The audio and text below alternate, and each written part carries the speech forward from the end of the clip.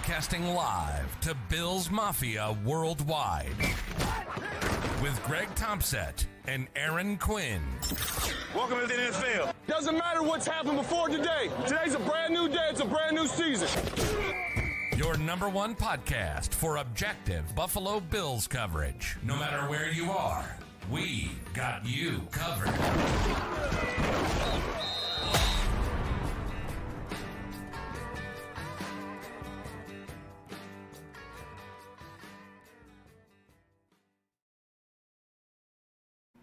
Good evening and welcome to the Cover One Buffalo podcast. You are joining your host Greg Thompson along with my partner in crime Aaron Quinn. Aaron, how we doing?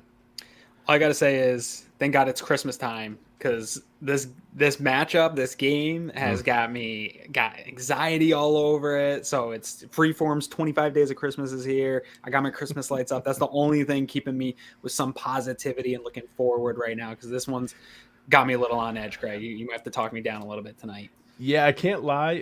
Prepping for this was not as enjoyable as I expected it to be.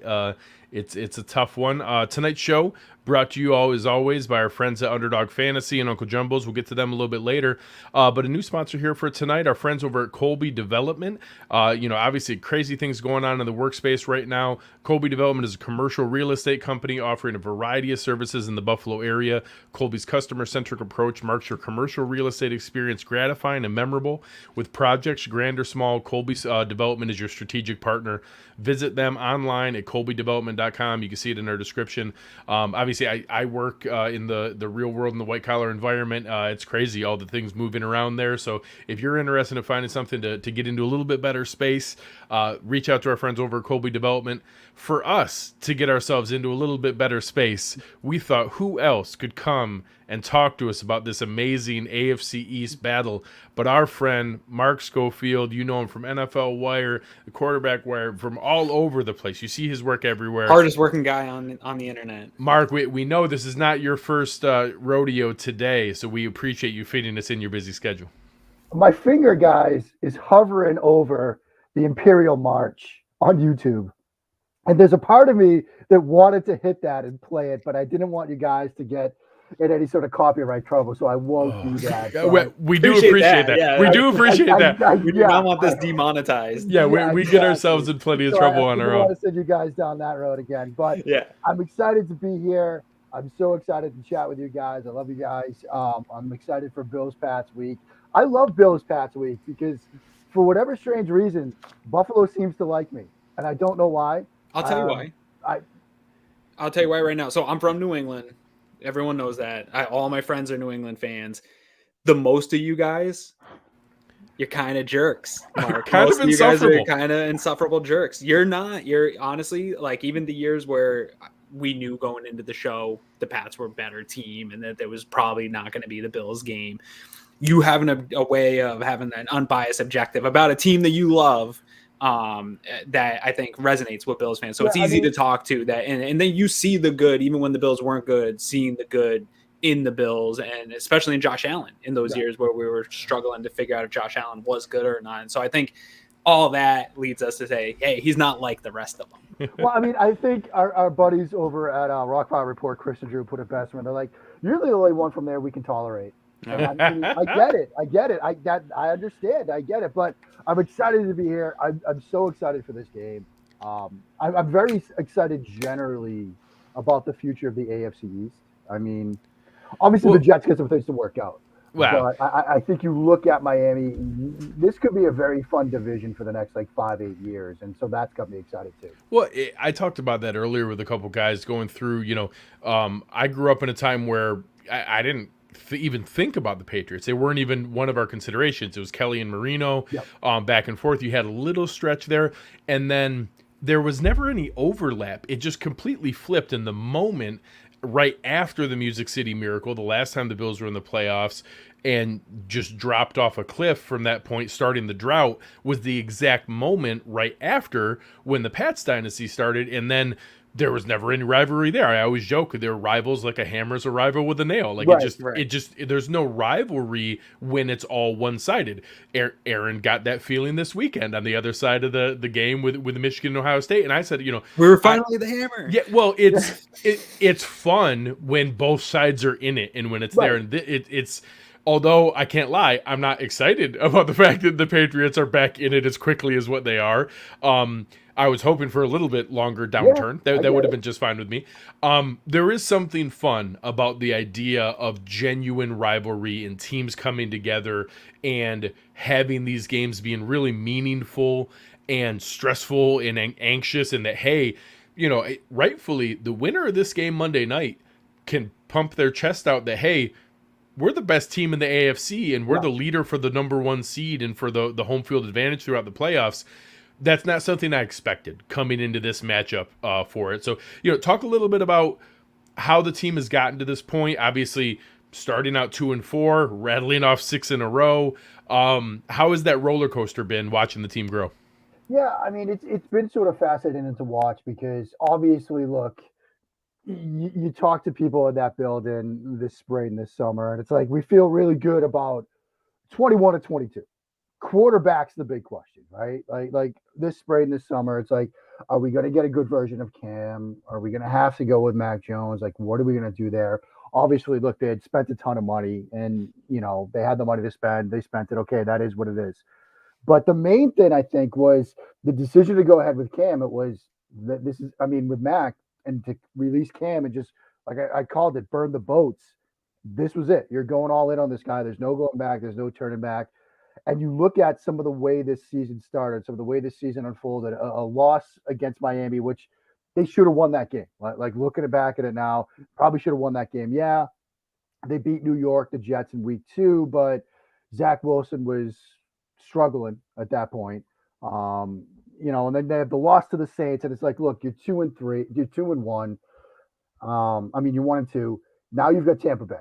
Now you've got Tampa Bay. You've got Brady coming back. It's the circus event of this season, right? And they kind of hang with them. And you could see in that game, it's like, all right, well, the defense is a little bit better now. They're kind of figuring things out. Offense is a little iffy. But it was really that loss, and I think the Dallas loss, where it's like, okay, they can hang with these teams. Now let's see if the stuff they've learned over the course of those opening weeks, they can finally figure out what they are. And I think in typical Belichick fashion, that's what happened. Belichick has notoriously used September, and in some cases September and October, as an extended training camp, an extended preseason to figure out what it is we do well, what it is we don't do well, who are the guys we can rely on, who are the guys we can't rely on, and then let's build upon that as we get into November, as we get into December. Now, look, they've won 6 straight. That's fantastic. I mean, the Chargers win was nice.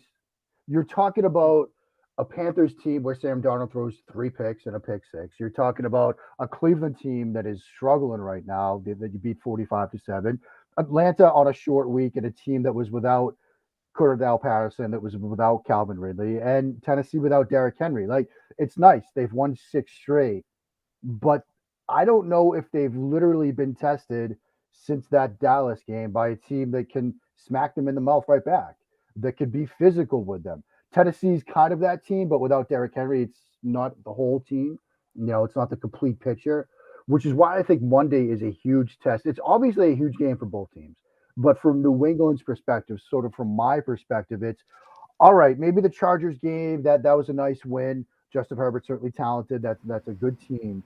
But this is the kind of team that, look, if you want to say you're one of the AFC's best, if you want to say that you're truly back as an organization, if you want to make the claim that, like, this is your division again, you got to go to Buffalo and win this game. Now, maybe they do, maybe they don't. That remains to be seen. We'll get into how it might happen and how it might not. But I think that's where we're at right now. Is this for real? And the underlying current here is, if Mac Jones has to throw to win a game, can he do it? And might Monday night be the time he has to do it?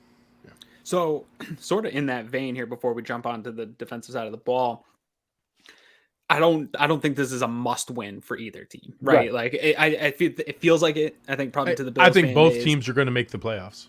Yes, Yeah. I think both teams will be playoff teams. I think they can split and still be, it'll come down to the end for division. So it's not a must win in the traditional sense, but it feels like it as far as Bills fans go.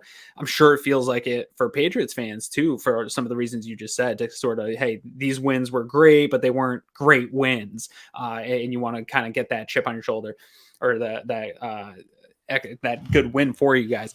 Who do you think this is a bigger game for on Monday night at this point in the season? Bills or Pats? The homer in me wants to say it's a bigger game for Buffalo because this game feels like the Simpsons meme where, Mo throws Barney out and then suddenly Barney's right behind him again. It's like, that's what you guys thought, right? You thought after last year, you chucked the Pats out, they're gone. Okay, like Greg said, you get a year or two perhaps of breathing room, and here they are. They're right behind you again.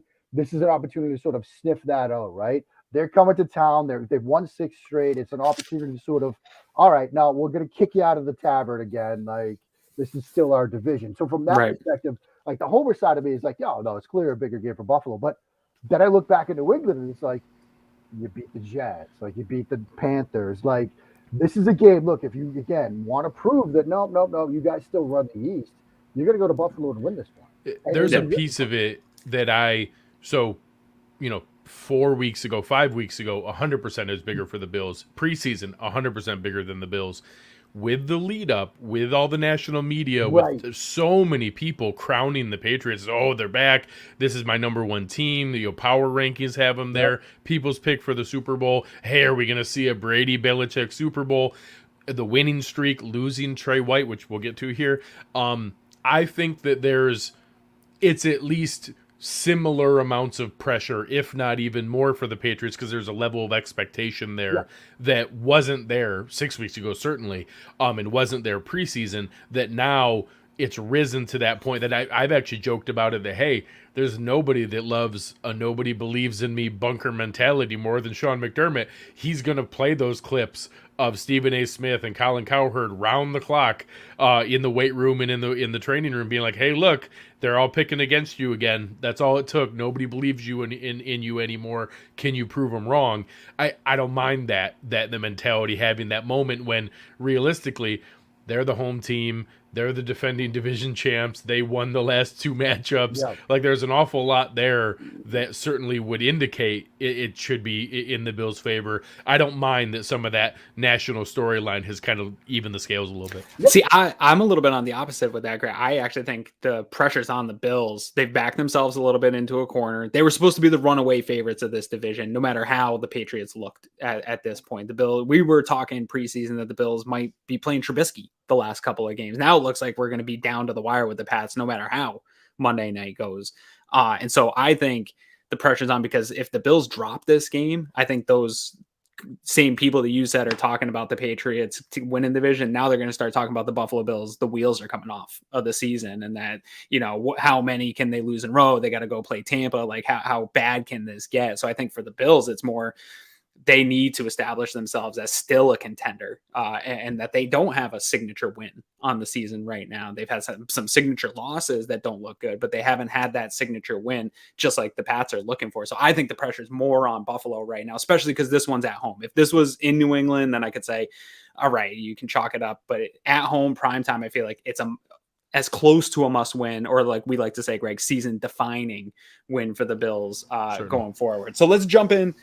We got a lot of questions in the chat while we're going to the defensive side of the ball here. Duggar pops up here as a positive COVID test. We don't know his status, vaccination status. We're not going to speculate on anything like that. I was just going through, a couple of people were asking. So Kyle Duggar tested positive today. There's not a ton of precedent out there of somebody then testing negative twice within a 24-hour period within 5 days. In theory, if he's vaccinated and were to test negative, say Sunday afternoon and again Monday morning, he could be cleared in time. I would say, based on the history of what we've seen with other players, is probably unlikely that he plays, but possible. Belichick cheats, somebody in the lab short somewhere. of Belichick cheating, negative to it's negative, falsified negative test, always possible. I would say it's unlikely but possible that he plays, and that's certainly a player, whether it's this matchup or the next one, that's a huge impact. Yeah, and I think that the other thing to remember is practice time, right? Because even if he gets those 2 Belichick-inspired negative tests. He's not going to be practicing. And so they're going to have to do things to get ready for this game Monday night that won't involve him as part of the game plan, as part of the install and things like that. And so even if somehow he gets cleared to go, that's something that he won't get to do, which is practice to be there for the installs and things like that. So even if he does somehow get to go, there might be things that he's not ready for. There might be calls that he's not ready for. So it's certainly a big thing because he's a big part of what they've done on the defensive side of the ball this year. Yeah, and so let's work. I usually work, with the front to back, but while we're talking about Duggar, let's talk about this back seven. We talk a lot about a safety tandem in Buffalo that I think is the best safety tandem in the league, but sneaky here with McCourty and Phillips playing some great football. And we see that, the Patriots are sort of right there with the Bills and not giving up big time explosive plays. And I think that's where it starts, is this safety tandem and how they use Duggar as well, kind of floating in that Joker role.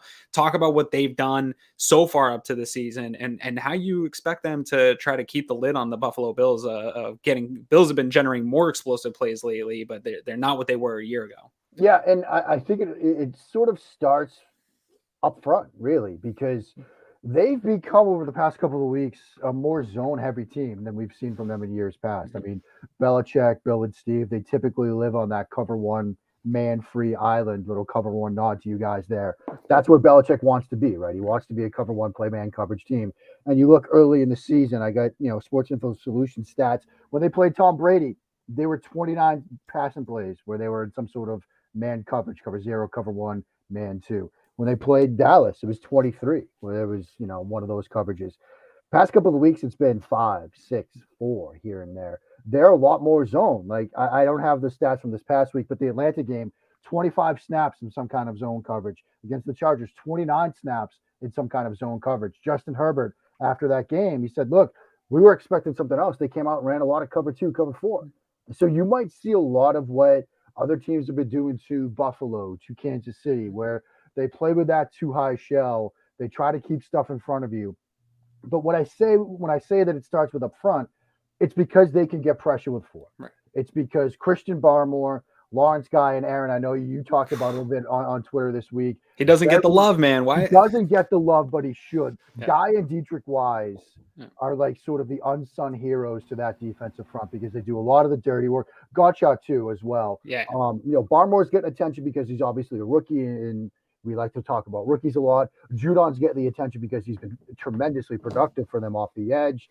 And obviously, look, you get Hightower, you get Van Noy, you get Bentley. Like, the defensive front, I think, allows them to play with these zone coverages, to play with these too high shells. Now, usually it's Duggar as one of those half-field safeties. Whether he can't go or not, again, remains to be seen. Maybe they slide Phillips back. Maybe it's Juwan Williams. Maybe it's Miles Bryant. Like, we'll see how they handle it if Duggar's absent. But because of what they're able to do up front, they play a lot of these zone coverages. They keep eyes on the quarterback, and they're a very sort of opportunistic secondary. J.C. Jackson, a very opportunistic player, but when you can keep those eyes on the quarterback, that allows you, if he breaks the pocket, if he scrambles, you've got eyes on him. And with a quarterback like Josh Allen, Belichick talked about it today. Other guys on the defense talked about it today. He's a dual threat quarterback that can throw against you and beat you, that could run and beat you. And they don't want to be in situations where you get Buffalo into a 3rd and 9 and you think you've gotten off the field and 17 scrambles for 15 yards and you're going to restart the downs again. So I expect them to be a heavy zone coverage team on Monday night. I expect that to continue down the road because that's what they are comfortable doing right now because of what they can do up front and the guys that they have in the secondary. So with that in mind, so watching this defense, it's pretty terrifying. Like you said, being able to get to the quarterback with those 4, creating a lot of pressures, then not even always generating sacks, just making it very uncomfortable in the pocket. Yeah. Josh has struggled with some of that at times here, especially with this zone coverage, and you can see him getting uncomfortable. But I feel like, and I want to get your opinion on this, the place to attack the Patriots is the middle of that zone coverage. Bentley, Hightower in zone coverage. I like those matchups on Beasley. I like those matchups with Dawson Knox and how he's playing this year. Is that sort of the Achilles heel right now of this defense, is attacking that middle? So when you're looking at this Patriots team on defense, like you're thinking about throwing against them, I do think that like that's where you want to attack. You should want to, if they're going to be those too high shells, I think you want to attack Hightower and Bentley if they're going to be in that sort of Tampa 2 look where they're the middle of the field runners. I mean, Bentley is best against the run. There are moments where Like there was a play against the Atlanta game where they tried to get Kyle Pitts on a crosser off play action, and he actually played the robot technique well to get under it to take that throw away. Ryan's eyes went there, Bentley got under it, so he pulled him down. But that's an Atlanta Falcons team that had one real threat to worry about. Now, when you're thinking about Beasley, when you're thinking about Diggs, when you're thinking about Sanders, when you're thinking about all the weapons, even Dawson Knox that you have to contend with now, that's a little bit tougher. When you've got multiple crossers or multiple guys attacking that area of the field, Bentley can't just get his eyes on one. Hightower can't just get his eyes on one. So I do think that's where you want to attack. I also think that, look, Allen has figured out zone coverage before. I mean, let's not forget. Last year when these two teams met and they blew out New England at the end of the season, that was in the middle of the stretch where it was San Francisco, where it was Denver, where it was New England, where it was like, you want to throw zone coverage at me? Fine. I'm going to tear you guys up. I remember, the touchdown he threw on that post route to Denver against Denver, which was still one of my favorite throws that Allen made last year. Yeah. And he had probably 500 throws that were amazing. So, I mean, that one sticks out for a reason. That's what he was covering up zone coverage. And this is an opportunity this week for Dable, for Allen to sort of get that zone coverage monkey off their back again. They did it last year. I'm pretty confident that they'll do it again this year. I hope it's not this week, but it very well might be. So flipping to the other side of the ball, is it just blatantly disrespectful and flaunting the fact that you have Michael Onwenu as just an extra sixth lineman? It's just like, hey, we have so many great linemen. We could just bring Michael Onwenu in as, a sixth extra guy because, hey, we got 5 other ones over here that are playing pretty great together. How in the world do you have that many linemen? We can't find 3 good ones. We're throwing in, rodeo barrels in between guys at guard. We do finally have some guys back healthy this week, so I'm thankful there. But talk about this offensive line. People know some of the names. Shaq Mason gets the credit he rightly deserves. Getting David Andrews back, being able to stick with the guys that have been out there, to be able to put together. Isaiah Wynn in and out, coming back healthy. Now having all 5 guys there and Trent Brown, monstrosity sitting out there. One, was it surprising that they settled on those 5 and having Onwenu on the outside looking in? And then how is that gelling together, and is it proving to be the best decision?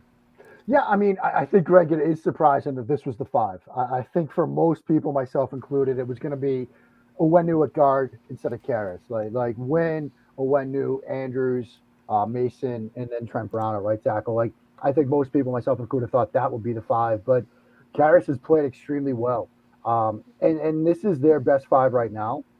It might not be their best 5 the rest of the way, but for right now, it's performing really well. And the thing about them is, it starts with Andrews in the center. He's an incredibly smart player. A lot of their protection stuff. It's Mac Jones, the quarterback in New England system, sets the protections and does most of it, but the center has input there. And Andrews is a very smart player. It's good to see him healthy after, the run issues and health issues that he had. Trent Brown being back is critically important because for a man of his size, what he could do in space, they do so much in the crack toss game, the pin and pull game. They really sort of get guys to the edges. When you've got a guy the size of Trent Brown and you're a corner, you're a safety running the alley, and you got that man coming at you. It's a business decision moment, So and Aaron's right. Look, the Bills have 2 of the best safeties in the game, and I think the best safety tandem in the game. But I wouldn't want to be either one of those guys trying to run the alley when you get that dude coming at you. Yeah. There are moments when they've given up pressures, and I'm sure you're going to ask me what to do against Mac Jones. Blitz him off the edges, I think, is what you want to do. What's interesting with Mac, and I'm sure there'll be a whole Mac discussion here, but he's not the most athletic quarterback. Like, put our cards on the table there.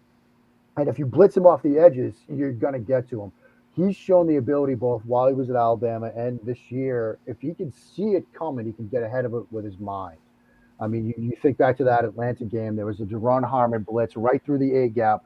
He had a 13-yard head start, but Jones saw it coming, so he was able to sort of backpedal, get ahead of it, and make a throw. But when they blitzed off the edges, they were able to get to him because he's not fast enough with his mind right now to confirm how that's going to play out. He just assumes it's going to get blocked up and you can get home. So, look, if I'm Leslie Frazier, I'm wary about blitzing him where you can see it from. I'm blitzing backside, and I'm really showing some mug looks pre-snap to get them to slide protection to make that squeeze call backside, and then loop and twist on that side to really sort of put Isaiah Wynn in a bind there, because Jones has shown an inability to sort of read that out as quickly as he needs to. And recently we've seen Ed Oliver get home on some of those twists and stunts. We've seen some combinations there, and we'll dive right into the Mac Jones piece.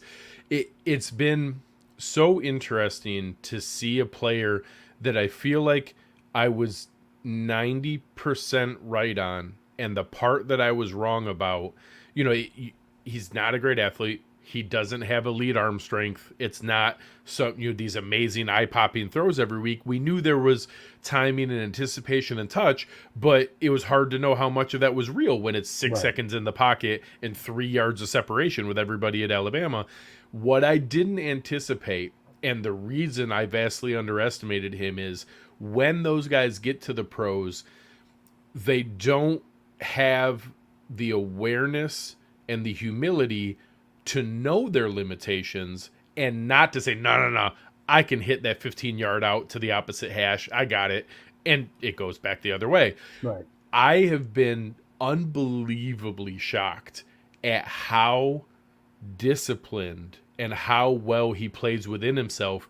He doesn't try to do those things that Zach Wilson saw everybody get excited at the pro day, and he knows if he does the rollout against his body throw that, everybody's going to go, wow. And yeah, in the pros, Kevin Byard picks that off. That's not real. Nobody does that.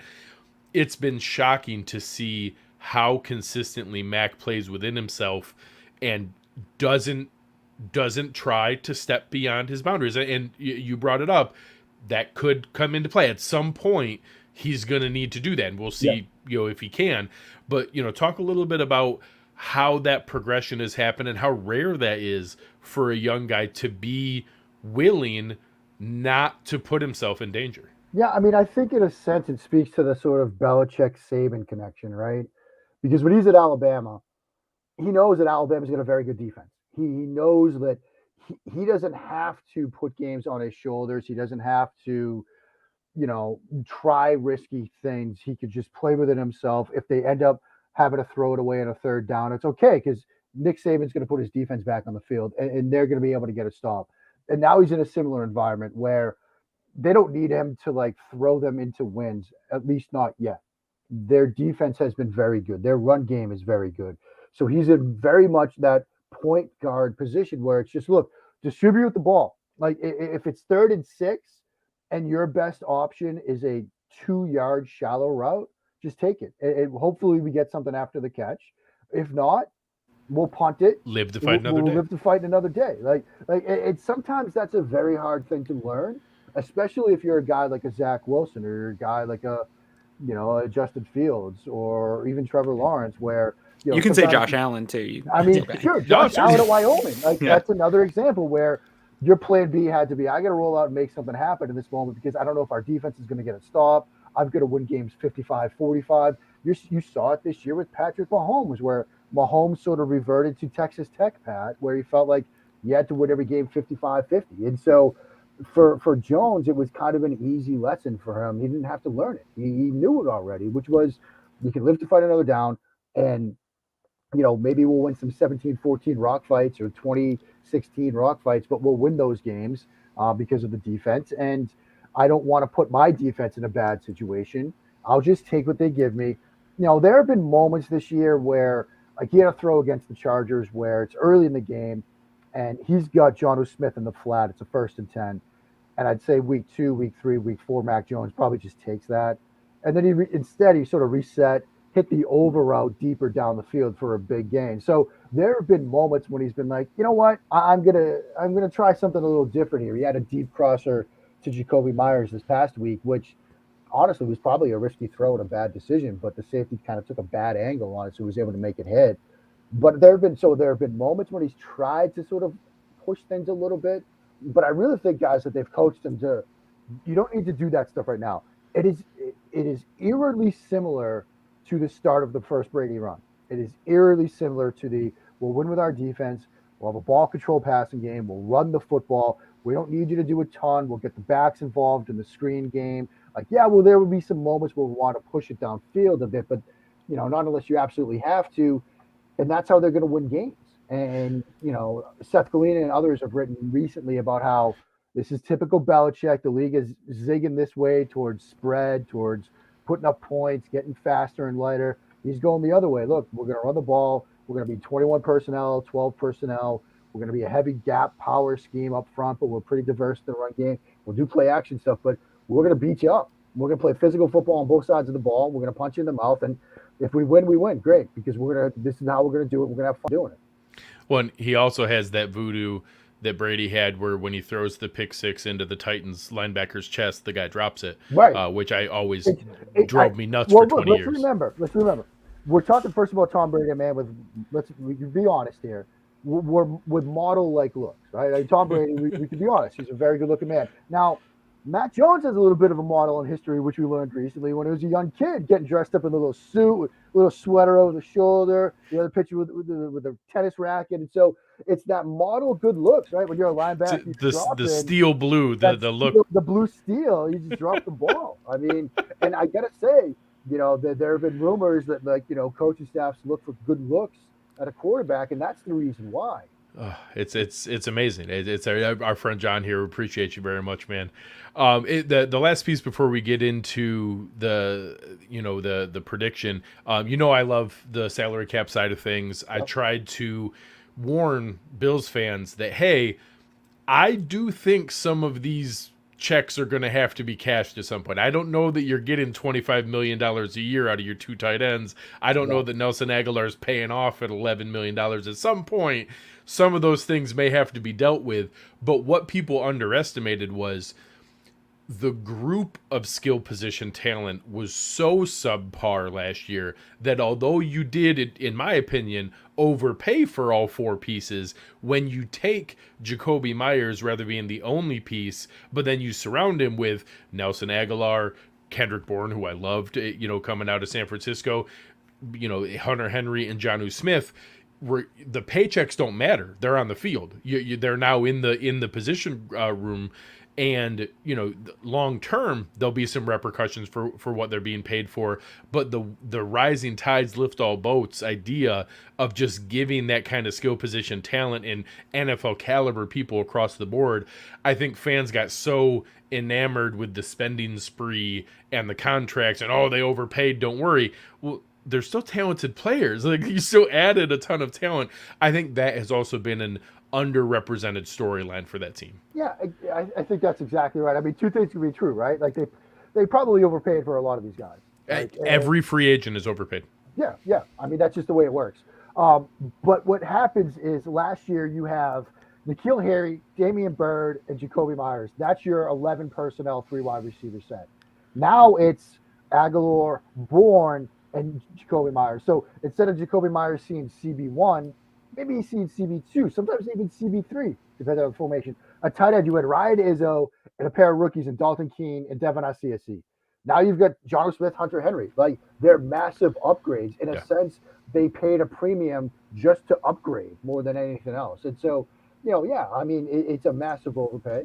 And they paid premiums on guys like Jalen Mills. And like the Matthew Judon one seems to have panned out, but maybe the other ones won't pan out to those kinds of dollars and cents. But the overall upgrades to these rooms, they were willing to pay that. And the other thing is, look, they had the money to spend. Like, they had the cap space to do it. Kraft said, look, do you want to do this? And Belichick's like, yeah, because everybody's saying it was Tom Brady. And as much as I tell you people, I don't read my snap face. I read my snap face all the time. And people are saying it was all Tom Brady. No, I got to go win. So they spent a lot of money. But the fact of the matter is, they still needed to figure out the quarterback piece. And to this point, Mac has been good. Now, I do sort of have to admit that, like, a lot of the national coverage and storyline about Mac Jones has kind of veered wildly in the let's anoint the guy with a gold jacket direction already. It's been 12 games. Like, as I said, like, he's got I don't know that he was that big of a piece in them beating Tennessee on Sunday. Like, that was a beatdown. I don't know that he was that big of a piece of that beatdown. I think with Carolina. Like, Carolina, they won that game because Sam Darnold. Like, I think I like to pat myself on the back. I think I said it best, that I think he's better than Bills fans want to admit. but not as good as the media is trying to crown him and tell us that he is. He's somewhere right there in the middle of those two groups. He's been a solid rookie quarterback that has done the disaster of him, that has had some ups and downs, that is the best of the rookies. But here's the other thing, though. This was the Mac Jones argument, right? The floor. He's the floor guy. He's the guy that like is pro ready. He's not going to make a ton of mistakes. I was talking to somebody in the league the other week, and they were like, "Yeah, this shouldn't be the surprise." Talk to me in 3 years, though. Where is he 3 years from now? How does he develop? Now, maybe we've seen enough on Mac to think that maybe the Kirk Cousins ceiling on him, he can beat that. He can exceed that. Maybe the ceiling now looks more like a Matt Ryan, but still, that's an uncertainty. Like, the stuff that he's doing now is what people expected from him. The question that I'm curious to see over the next 2 years is where he goes from here. Has he really put himself in a position to exceed what people thought that ceiling on him was? A friend of ours, Merck, I forget the numbers on his handle, but great guy, love chatting with him. And he was in a thread with me earlier, and he gave a Chad Pennington comparison, which I don't hate. If you put Chad Pennington on this Patriots team, I think you get similar type results. Yeah, I mean, I think that makes a lot of sense. And so, we'll see where Mac goes from here. Again, I think he's been very good. He's getting a little bit better each week, but he's a point guard in the true John Stockton sense where they're just asking him to distribute the ball, like get it to open receivers. Don't do anything silly with the ball. Don't make mistakes. And that's all we need from you right now. Down the road, and maybe Monday night, we're going to need you to do more. But because, I mean, Sean McDermott and Leslie Frazier are going to put 9 guys in the box and say, Mac Jones, coming to a snowy, stadium here on a Monday night and see if you can throw it away. So, and that before we let you go or again to the next, that's one question for Mac that I got for you is when they drafted Mac and the Jets drafted Wilson, my first thought was fantastic. Leslie Frazier and Sean McDermott are going to make rookies head spin for the first couple of years. Like they're just really good at similar to how Belichick, his record against rookie QBs is fantastic. Yeah. McDermott's the same record. Yep. Yeah. But now having watched Mac, some of those things that I was excited about, he's got a lot more composure than I thought. He stands in, the blitzes aren't making him flustered. He's a little bit better than I thought in that sense. But has he seen looks like the Bills are able to disguise and give? And do you think that that's going to give the Bills that extra second you need? That because that's what it is. You've played quarterback, it's just that extra. Hey, is what I'm seeing really what I'm seeing? Do the Bills have an advantage that he hasn't seen yet? In that? I mean, I think they do. I think, look, Carolina was a complex defense, but so much of what Carolina does is based on A-gap mug looks, which, again, gets to what I was saying earlier, that he can see it. I think if you're a Bills fan listening to this or watching this, watch some of the Atlanta game, even though New England wins that. Dean Pease dialed some stuff up, again, off the edges, where Jones, it's more a peripheral read for him. And he's not quite at the point in his career right now where he's comfortable enough getting eyes to the periphery to read and confirm that that's getting blocked up and then getting his eyes back downfield, to go from confirmed coverage, confirmed pressure, confirmed coverage again and throw. That's a little bit tougher. That's where that like sort of half second you talked about, Aaron, comes into play because there was a sack off the front side that he should have seen coming and he missed it. There was a sack off the backside that he should have seen coming and he missed it. And so, Leslie Frazier, Sean McDermott, I would imagine they're dialing safety pressure or slot pressure looks off the edges more than those sort of double mug A-gap looks that Carolina can scheme up, but Jones can see that stuff. And he's certainly comfortable enough right now. He'll slide the back up into that sniffer alignment to block those up. He's comfortable bringing the tight ends into formation and going max protection. If you show him those A-gap pressure looks, he'll adjust pre-snap. It's that stuff where he has to sort of adjust in the moment that's still giving him trouble. Well, and on that note, what do you expect to see Monday night? It's in Buffalo. Vegas has it 2.5 points. Low over under at 43.5. What are you expecting to see, and what's your prediction? I mean, I think it's going to be an extremely close game. I mean, I understand the line is what it is, and I think it's exactly right. I think it's going to be a one-score game. It might be a field goal game. The homer in me says 24-20 New England, which would just kind of hit you to that over. I'm going to be furiously refreshing AmericanWX.com for the weather because – Nate Gary was telling me earlier today you're going to get some lake effect snow. Nate doesn't know anything about weather. Everything I've seen, I think it's going to be a little bit during the day. In the evening, I think it shows 30% is the most I've seen. Maybe a little bit of wind, and it might be an inch or two. I don't think it's going to be super impactful. It's not going to be nice. It's going to be cold. Right. Yeah, it's going to be like 20 degrees. Yeah, like cold. 20, 25 degrees and enough wind that it might be wind chill. Yeah. I don't think there's going to be crazy snow. If anything, the wind could be in effect. I'm telling you right now, I'm in Buffalo right now. It's 39 degrees and it's freaking freezing outside. Yeah. It doesn't feel like 39 degrees. Yeah, I mean, please, just since we're talking weather, don't make me chime in on the roof or no roof, okay? No, I don't want want to to chime in on the roof or no roof. I'm ducking that discussion. But, I mean, as far as this game, like the homer in me says 24-20. But, I mean, realistically, the Bills have won the last 2 meetings between these two teams. The Bills are the defending AFC East champions, and they were coming into this year Super Bowl favorites in the minds of many. You know, it would not shock me at all to see Buffalo win this game, like, at all. Like, these are two very good football teams. And it also would not shock me if they meet for a third time down the road here, because they very well could meet up in the playoffs. I know my cardiologist would not like to hear that. Yeah, I dislike that strongly. I don't like that script at all, but it could very much happen. But I expect a very good game. I expect it to be a one-score game. It wouldn't surprise me to see it go either way. I don't think it's going to be a blowout or anything like that. It could happen. If it does, it'd be more likely a Buffalo blowout. I don't think New England wins in a blowout. I think your likelihood are close game, Buffalo blowout, and then a big gap to a potential New England blowout. So I'm expecting it to be fun. I'm expecting us to be up late. And my heart says New England wins it, but my mind says it might be a little bit tougher than your heart thinks.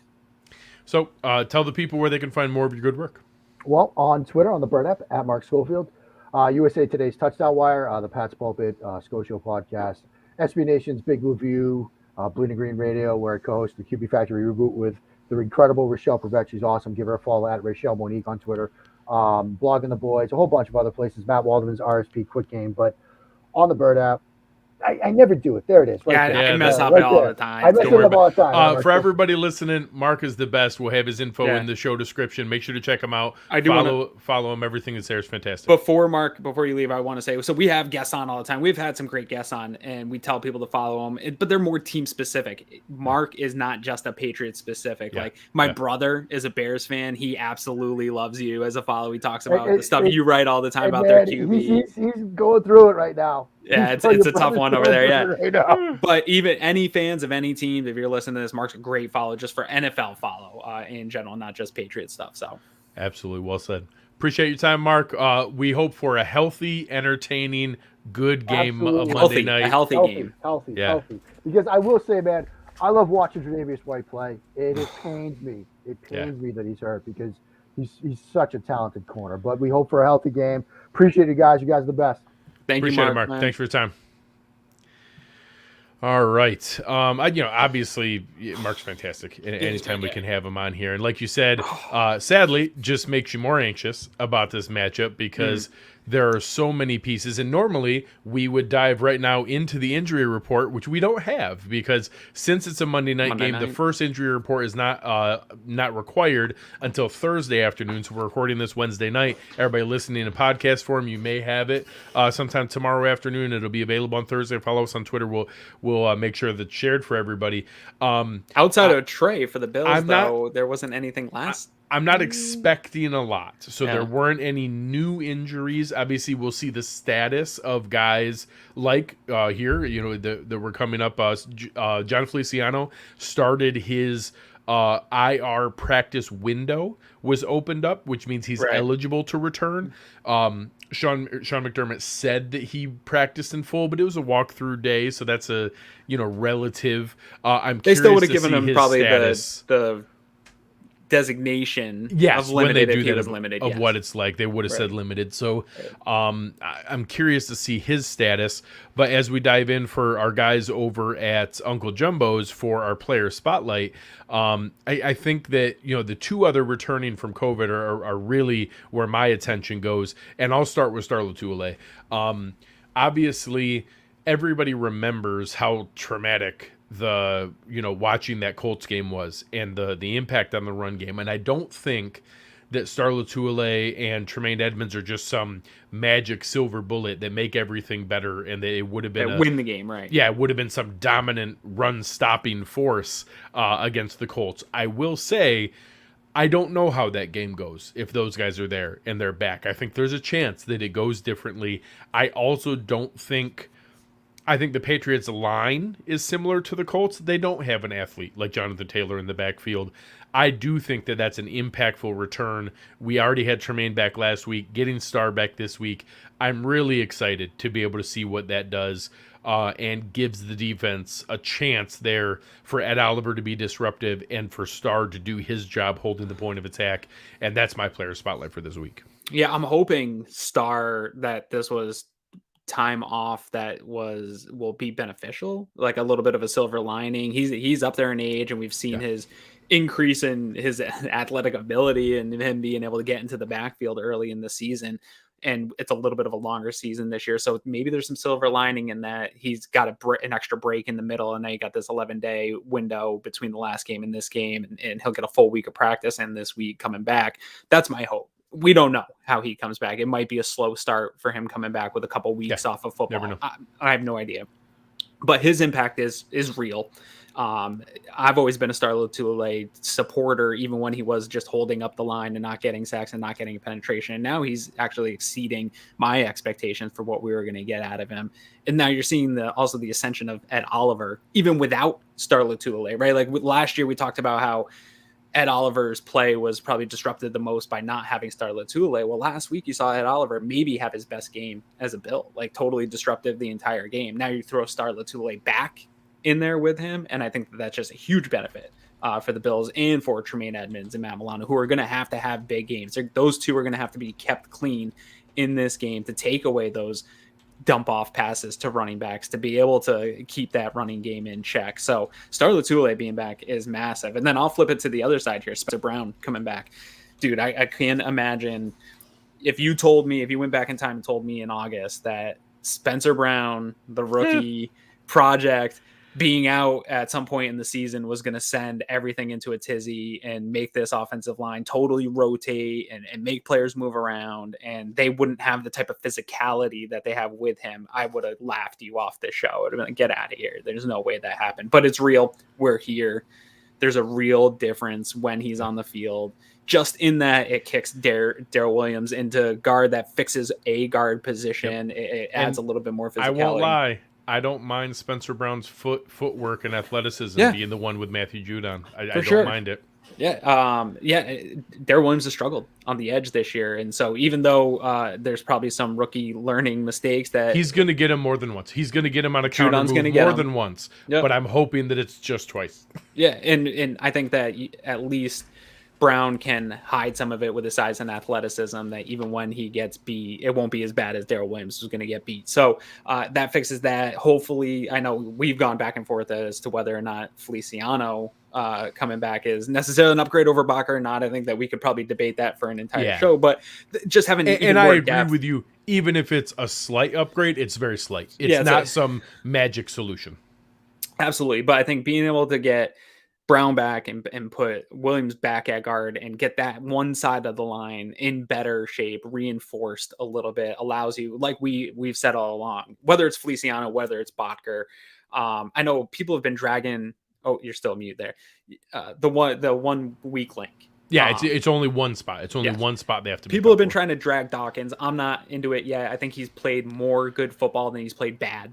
This season. He's had concerning moments. It's okay to be concerned. I want him to be more consistent. Sure. I'm not all of a sudden worried that he's a bad player now. No. Yeah, I think he's and so if you have that 1 week link, I can live with that. I think you look league wide, offensive line's a problem for majority of teams that aren't the Patriots or Colts. And with our pre-show conversation, maybe one of the upsides of a Feliciano is maybe some of the confidence and swagger and communication is a positive for Dawkins. He might not be a better player than just time on task together. Maybe he's a better pairing with Dawkins, and maybe that helps Dawkins. Yeah, time on task matters. All those things matter. We don't know, but getting him back isn't a negative, right? But I think getting certainly positive depth at minimum. Absolutely, but getting Brown back is a huge positive for this offensive line, and we just have seen a different physicality, especially in the run game, with his athleticism, with Morse's athleticism, being able to get around the edge, and then what we haven't seen with Brown is the addition of Breida and adding Breida into this run game, and so I'm excited to see all the pieces finally come back for right now the biggest game of the season in the NFL. So why don't we go ahead and dive in? You've done an awesome job every week putting together some of the best graphics that we see around, talking about explosive plays, DVOA. Why don't we start with the explosive plays in this matchup and what you saw when we get into there? Everybody listening, our explosive plays, Aaron goes through and tracks the number of explosive passes, explosive runs. So this is from Sharp Football Stats. If you guys don't know, it's a great website, free data that's out there. It's run by Warren Sharp, in my opinion, one of the best minds. I know you're a big fan of his podcast. Great football mind. And so people attack me all the time because how he charts defensive. And I'm unwilling to change it because he's such a smart guy. It's his data. I'm not going to change it. I'm going to credit his data. I'm not going to change anything that he does. So if you can't see the graphic on when we talk about defense, it's first is the most, 32nd is the fewest. So you want to give up the fewest amount of plays on defense. It confuses people. But one thing to keep in mind as we're talking about this, New England has played an additional game. So that matters mostly on the offensive side of the ball. I think it matters a little bit because they've had more chances at explosive plays than the Bills have. But still, which is obviously the most surprising part here. But even if you do take 10% of it off and knock it down, they're still better. Seeing that, in New England, at explosive plays, 47 explosive pass plays and third in the NFL, 44 explosive runs. Even if you knock that down to 43 and 40 and you take 4 off of each because of the extra game, that's still really impressive and top 10 in both and better than the Bills in both. If you had have asked me coming into this, who has more explosive plays, passing and running, I might have guessed the Patriots had more running. There's no way I would have guessed that the Patriots have more explosive pass plays than the Bills. That is very shocking. Yeah, it shocked me too. And so something to keep in mind with this. So explosive Are you sure plays, you weren't wrong? No, I'm positive. I double checked the data. So part of this is pass plays are 20 plus yard pass plays, rush plays are 10 plus yard. That's how Warren Sharp tracks this data. And it doesn't have to be air yards. Somebody asked me that, like, well, Mac Jones only throws the ball 5 yards. We're seeing, this is a conversation that we're having in Buffalo, right? Like, where's the yards after catch in Buffalo? We're seeing it present in New England. I think that is the type of quarterback that Mac Jones is. Yeah. That Kendrick Bourne touchdown. Absolutely. On Sunday is a perfect example. It's explosive a 6-yard crosser. He turns it upfield for a 45-yard touchdown. Totally. And this has been my frustration with the Mac Jones argument is, like, people want to discredit this kid, but this is one of the most explosive offenses in football. So it doesn't matter how far he's throwing the ball down the field, it is working for them. He's 47 plays is not an accident. It's not. They are dialing it up right. He's hitting the right guys. He's getting it. And they say yards after catch is a QB statistic. There's been a bunch of studies, PFF, as much as we dislike and make fun of their grades, there's a good article that digs into how do yards after catch generate, who's responsible for yards probably after one catch. Of the better indicators of true accuracy. Can you put it in a spot where you're giving your receiver the chance to run with it and they don't have to dive and fall down? That's true accuracy and anticipation. And some of it's got a little bit of luck built in. That touchdown you referenced, like, Mac got him the ball, but that was a fantastic play by the receiver, right? Yeah. Like, so there's some of that too. 39 of those 45 yards were Kendrick Bourne. Yeah, absolutely. So, but it was surprising to see that they're that explosive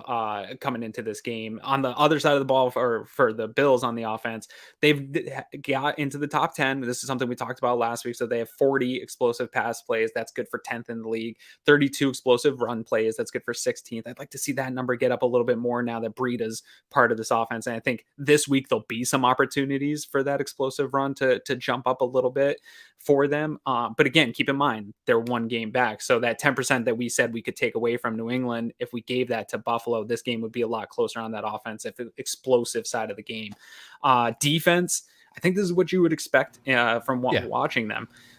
They don't give up a ton of explosives. New England, they've given up 30 explosive pass plays. That's good for 26th. That means maybe a few more runs than I expected.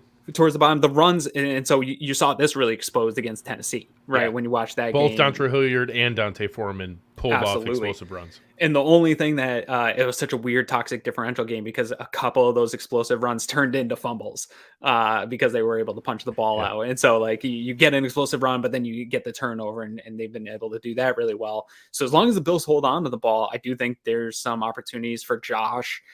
Obviously Singletary too, but most importantly, I think Matt Breida going in this game. So they've given up, it's 35 explosive runs, and that's good for 12th, which is not good. You don't want to be in that top 10 area of giving up explosive runs. For the Bills, they're still 32nd in explosive pass. That's best in the league. They've only given up 21 this year. That's fantastic. And I'll say a lot of fans have asked about that piece of it. Is that all of a sudden going to be risked with losing Trey White? And I will say there's always a chance that somebody falls for a double move. I think that Eric did a really nice job putting together that's probably not as big of a fear as people have anticipated. And if there's anything you want to be reassured about, it's that the value of Micah Hyde and Jordan Poyer will help mitigate that. Now, will there be more short-term catches that Trey White would have broken up or avoided completely with better coverage? Yes, I think they're going to give up catches that Trey wouldn't have given up. I don't think they're all of a sudden going to get beat deep on big explosive plays, just because I think that Leslie Frazier and Sean McDermott are going to be aware of that. And I think maybe there's slightly less exotic coverage from Jordan Poyer and Micah Hyde because they're going to be there helping in that shell slightly more often. Well, and also, like, we talk about explosive plays. We talked about this with Josh Allen was struggling to hit those 20-yard air yard things a couple of years ago, and everyone was mad that he wasn't hitting on those 20-plus air yard. It's rare in the NFL still. Everyone's knocking Mac Jones for not having those. Like, you don't see it. Go to any statistical website. You don't see a lot of guys hitting those big shot plays. Double moves don't hit a ton. It's not a efficient play. It's not something that you see a ton in the league. People don't want to push the ball downfield because that is a higher risk play. It's higher risk that it's going to be an incompletion. It's higher. The ball's in the air longer. Guys have a chance to make a play on the ball. What you're going to see is, like you said, maybe the possibility that some of those catches that were not receptions then now maybe become receptions. But I do think both Levi, Dane, good, solid tacklers. I think that's what's going to matter going forward with them keeping this as solid tackling. And like you said, having that safety help. So I don't expect this to, they might fluctuate towards the bottom here and might not hold down the number one spot, but I don't expect them all of a sudden to go to the middle of the league without Trey. Like they're still going to not give up a ton of explosives. That's been a hallmark of this Leslie Frazier, Sean 100%. McDermott defense the whole time they're here. The big one for me is something that they haven't done and has been an Achilles heel of theirs is explosive runs. They've only given up 27, which is good for 27th in the league, which is still also really good. That's something that years in past has been bad. And if you take away that Jonathan Taylor game, they'd probably be last or at first in this category. Jonathan Taylor was almost rushing for 10 yards a carry in that game. And even, people like to reference that Derrick Henry Titans game. I'm not even sure that he had that one big just explosive, but there really wasn't a ton beyond there. It wasn't a ton beyond that. So they've been really good in the run. So this is going to be interesting though, because those two marks, if you're watching, the explosiveness of the New England offense with the lack of explosiveness from this Bills defense, something's got to give in this game. And that I think might be telling us to who wins it. Well, and one more that you showed a graphic that I really liked. One of the key matchups to keep an eye on was showing the importance of that early down success. Explain a little bit of what you found there. So DVOA is something I dive into every single Tuesday. Football Outsiders does it. Obviously, you can see those graphics where I compare the DVOAs of teams and stuff like that. If you're following us every single week, yeah, Greg will pull that one up. But within DVOA, kind of they have more detailed within the matchup and they break it down to play by play. So let's run real quick through. I know we're getting close to the hour here. So New England's overall, their second overall DVOA, Buffalo's third. So, I mean, this is the biggest matchup in the NFL, in my opinion, to this point this season. Offenses, they're 11th. Bills are 16th. I think the Bills probably are closer to 11th. It's just a lack of consistency. We heard from Aaron Schatz about the variability of the Bills is the worst in history of them tracking this. Like, they just are not a consistent team. Defense, New England's second. Bills are first. And actually, with the weighted DVOA, New England's first, Bills are second. So they're both just the top two defenses in the NFL. And I think maybe the big kind of sneaky thing here is special teams. New England's always had good special teams. Belichick prioritizes this within his organization. They're third, Bills are 14th, and they took a huge hit after that Colts game. I don't know that they're really the 14th special teams overall, but we'll see in this game. So that's your overall DVOA. And if you go back to that other graphic for people, so one thing that I saw that seemed interesting to me was the Bills are, I think, on first down. What was it? Yes. So on first down pass plays, New England's offense is ranked third. That's Mac Jones getting the ball out quick, staying ahead of schedule. Really good play action on first play down. action, keeping them in those short, easy, convertible third downs. The Bills' defense is first. They haven't allowed teams to get ahead of the sticks on first down with passing. So I think this is going to be a key one, because then if it's not on here, but if you go look further at DVOA at their third down ranks, when Patriots are in third and long, they rank 27th in the NFL on third down. And I think that does speak still to the rookie and who we think Mac Jones is, where the Bills are fifth on third and long. So I think if they can limit their ability to get yardage on first down and get them into third and longs, we've seen it. We've seen their drives stall on third and long, and them taking field goals. That to me is the biggest matchup and the path to victory for the Bills, is get them in third and longs. They're going to move the ball, right? The Patriots going to, they're going to try to kill you with 1,000 paper cuts, and it's going to work. They're going to get the ball over the half field mark. They're going to get some field goals on the board. But if you can get them in third and long when it matters and keep them out of the red zone, that's what, in my opinion, gives you a chance against this defense to really do something in this game. Yeah, no, I think it's spot on. I think it's not only going to be deciding the matchup, it's going to decide it early in the game. Yeah. I think that what we see at the beginning of the matchup, we've talked about it before, I mean it as a compliment, not as a negative, how strong of a front runner Josh Allen is, the swagger that he has, the confidence that he has when he gets rolling. He can put up 40 on anybody. Mm-hmm. He has to get that rolling. You've seen, if they get down early and he starts to get pressure early, he feels that pressure. He puts it all on his back. He tries to score 14 points with every throw. He tries too hard. He puts too much on himself. That we're going to know this matchup very early on. If the Bills get out to an early lead, I feel really good about it. If the Patriots get out to an early lead, you're giving that offensive line and that offense a 4-minute drill game script. You're letting that defense pin their ears back. I think the Bills can come back. I don't know that the Patriots are built to come back if the Bills jump out early, but I think it's a lot harder. And I think that if whoever gets out early, I think the team leading at the end of the first quarter has a strong advantage. Mm-hmm. I think the team leading at halftime has a huge advantage. And I think it's critical to get out there early. So not only early down success, but early quick first half success. Warren Sharp talks about that a lot. Very few indicators lead as much, just like toxic differential and turnover differential, as first half leads. When you have a lead in the first half, you have a huge advantage and a much stronger likelihood to win the game. I think that's going to be a huge factor in this one. Yeah, I don't disagree with you. And Sean McDermott's teams have had success with first half lead. Like when they come out of the half leading, that's huge for them. This game to me also is going to be, can the Bills play clean football, right? We've talked about penalties, and I'm not one that cares about overall penalties. I like to dive a little deep. Like, what are the penalties? They're not all equal. Like, I'm not so much worried that they're towards the top of the league in penalties, but you got to play clean football against the Patriots. This is something we've seen for years against Belichick teams, where teams just come out and play their worst versions of themselves, whether it's penalties, putting the ball on the ground. Like, if I'm the Patriots right now, I'm licking my chops watching Bills film, because the Bills have more turnovers that they put out there. Most in the end, the 11 turnovers in the last 4 games. Yeah. The Patriots have caused the most in the last 4 games with 12. We have a lovely local Patriots fan in the chat, Cedric.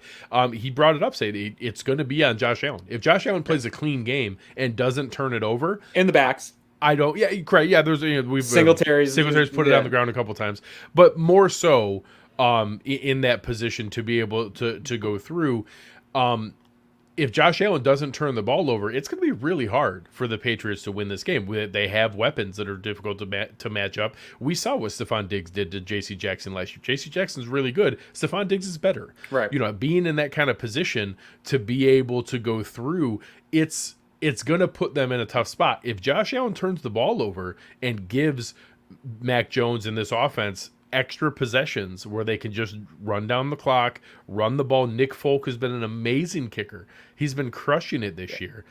He's one of the only kickers who has more points than Tyler Bass. Right. Being in that kind of position, you can put them and Belichick and that defense into a position where they can start to take care of things.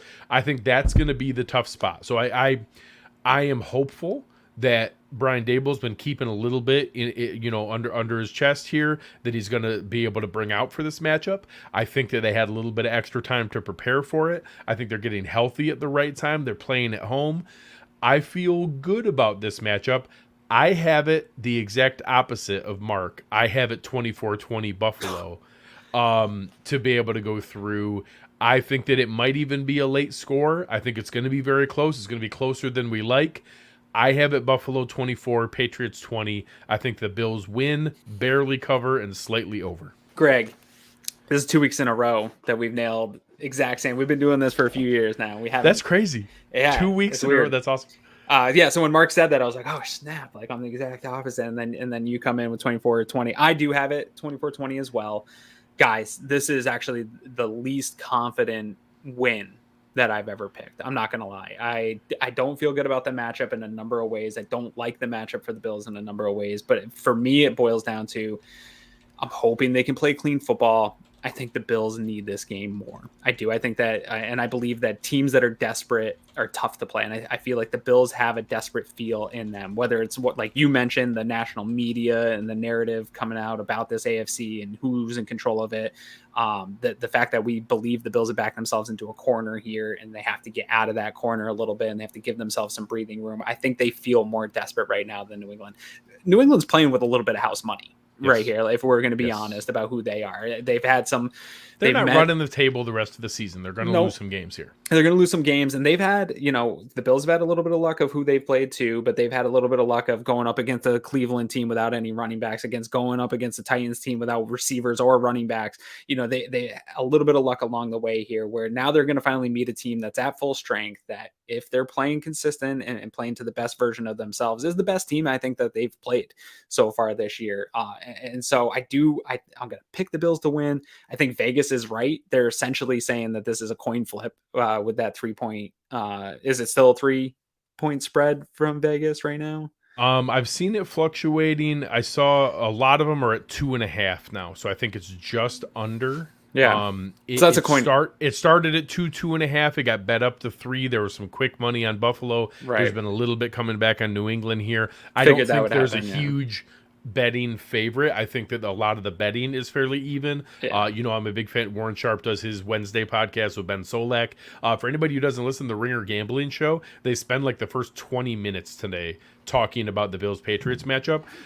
They said similar things to what you did. Ben Solak went through his model. He said, all my simulation models point towards Buffalo slightly. There's a little bit of just this Patriots momentum and how they're playing lately that I'm probably going to stay off it. He said, but all my models slightly point to Buffalo, even at 2.5, that they say you should take Buffalo covering the points. He said, but I'm probably going to stay off of it just because of how hot the Patriots have been. Sharp said the same thing, said, hey, I don't think I feel strongly one way or the other. My models point slightly to Buffalo as well. Those are two smart guys. I'll take that as well, but it says why we're feeling so anxious that neither of them are betting on this game either. Yeah, I wouldn't put any money anywhere near this game, and I think this is going to have us on the edge of our seats all night long. I think it's shaping up to be the best game in the NFL so far in 2021. I think that it will be billed as that, and I do think the results will be that. Hopefully, the weather does hold off, and that's not a factor that we're talking about. I looked at it here during the show tonight. Everything that I've seen, it's a pretty low percentage, and even if it does, it's 1 to 2 inches. It's not going to be for the whole day. 1 to 2 inches. I don't anticipate some huge storm. That's like what we saw. Waves in like the Colts game or anything like that. It's not that's gonna be more like Snowmageddon. We saw the Ravens game. I think that day of the Ravens game in the playoffs was like a 1 inch of snow throughout the day, really cold. So the Bills, they have to be able to play in this, whether it's here or on the road. They're going to have to travel in the playoffs at some point. So you got to be able to play in this type of weather. But I think this is going to be a close one, Greg. And I hate that it's on Monday night. I'm not going to lie. All this anxiety just drags out for an extra. I did it this week. So I went through and I watched all the games on Sunday, and they got through, and I sat there Monday afternoon. I was like, oh my gosh. At this point, the Bills still won't have played yet. This is disgusting. Carl, really appreciate you. He asked a question here. Who sits and who plays? We'll go through a couple of them. So some of the moves are easy. If Feliciano and Brown come back, Bobby Hart and Jameer Douglas go down. That's a super easy one. Yeah. The same thing. They called up Eli Ankow and Brandon Bryant.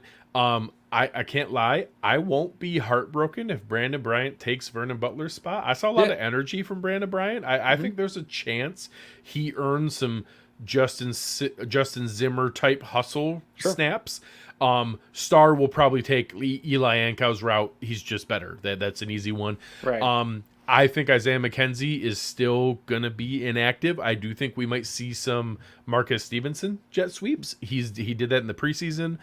He did that in college. They were able to get him involved in some of those kind of gimmicky plays. I won't be upset if we see a screen pass to Marcus Stevenson, a wide receiver bubble screen. I think that's possible. I won't think it's crazy that Isaiah McKenzie could also be active and involved in the offense. I don't think he's getting back the returning job. I think Stevenson's going to keep that. It's possible, but I don't anticipate that. I also think Matt Breida keeps the job from Zach Moss. I think him scoring on that screenplay late and some of the early energy he brought to the running game. Anything you're off base from where I was? This one's a tough matchup for me because how good their special teams are. I do think I liked what we saw of Stevenson wanting to catch every punt that came his way. The game speed's not there yet. I don't know if it'll be there this week. He's got to get up to the NFL speed of the game for his speed to really pop off where it can be. So I don't know that we're going to see him utilized in the offense. Yeah, until they might just have him focus on special teams. Get that game speed under your feet, get used to playing in the NFL game. But what you said, that Isaiah McKenzie role, I'd love to see Breida still get manufactured another. When you 2 and I were to 3 sitting touches. there in the stands in the Green Bay preseason game, we saw them run Breida on those jet sweeps and a bubble screen and a regular develop screen. Find him some touches because they are still, they're going the hot hand and they're getting Singletary involved in the run game and you're not getting Breida those touches. So find extra ways to get him on the field and get him touches. And I think you could do that with the Isaiah McKenzie role for Breida. Cedric, who I referenced earlier, asked a question here. How do the Buffalo D play against Mac Jones? It's weird because the style Jones is playing is what Leslie Frazier and Sean McDermott invite. They want to keep guys in front of you. They want to rally and tackle. They want to limit yak. They don't want to give up big plays. Mac Jones doesn't try for big plays. He does big plays by getting yak. He doesn't, he's had entire games where he doesn't. Those quick quarterbacks have hurt us before too. Yeah, correct. So it's going to be, can he get the ball out fast enough before Ed Oliver, before a blitz, before Jerry Hughes gets home? That's what they're going to try to do. They're going to try to limit it. They're going to invite some of the run. They're going to play nickel. They're not going to play it, until it gets to 3 tight ends or 2 tight ends and Jacob Johnson. I think they're going to play nickel. They're going to invite the run. They're going to try to rally and tackle. They're going to keep guys in front of them. They're going to play mostly zone, and they're going to see those like Mark said, plays. Like Mark was saying, some of those slot corner blitzing off the edge. Yes, Taron Johnson's fantastic. Taron Johnson, Jordan Poyer, Micah Hyde. I expect all of them to blitz. Yeah, you'll see those guys coming in. Heck, off the edge. Dane Jackson can come off the edge as well. I don't think that's crazy. I'll always miss Trey. I think Trey's one of my favorite players on this team. I picked him 3 years in a row as the player of the year on this podcast. I love Trey White, but if there was ever a matchup where Dane Jackson was an added benefit against the run, it's this matchup. Dane Jackson's a very strong against the run. He's a very solid tackler, and that you're going to need this in this matchup. This tackling has to be sound. Fundamentals. Yeah. Brian Dable talked about it in the offseason when they were like, what do you guys do in training camp? He's like, we focus on fundamentals because the game is so close at the NFL level that most of your mistakes happen due to lack of fundamentals and drop in fundamentals. In this game, the way Sharp's talking about it and what we just talked about, how close it's going to be down to the team that keeps their fundamentals the most sound. And that's going to be tackling, not allowing missed tackles, playing clean football, no post-snap penalties. All those things are going to matter under a microscope in a game like this. I love James' comment here.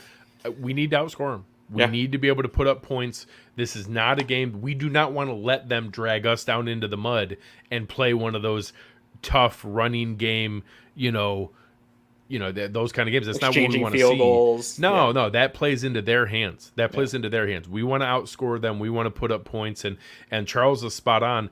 This is a big game. It is. This is a big game.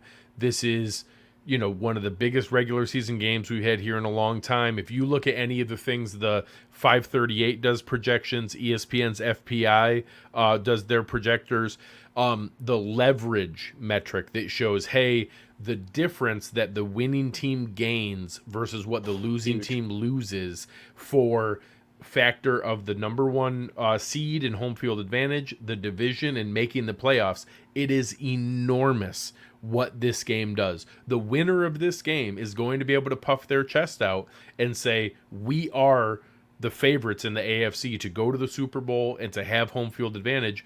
And whichever team does it is going to be able to say that because you won against the best team there. I think that right there with the Chiefs and the Ravens, these are the 4 best teams in the AFC. This is a huge, huge game, and it's exciting. It's anxious. It's going to be difficult. It's exciting to have those kind of games. This is the kind of games you want to have at home. These are the kind of games we want to be a part of. I wish the opponent wasn't New England, but it is, and we got to get that boogeyman out of our minds and be able to continue on with winning like we did last year. Yeah, this is also a game where Josh Allen can reinsert himself into the MVP conversation, right? Everyone's watching this game. If he comes out, throws a few tutties, and wins this game against the top New England defense, who else has done a game like that and had a signature game like that? So this is big for everybody in every type of way.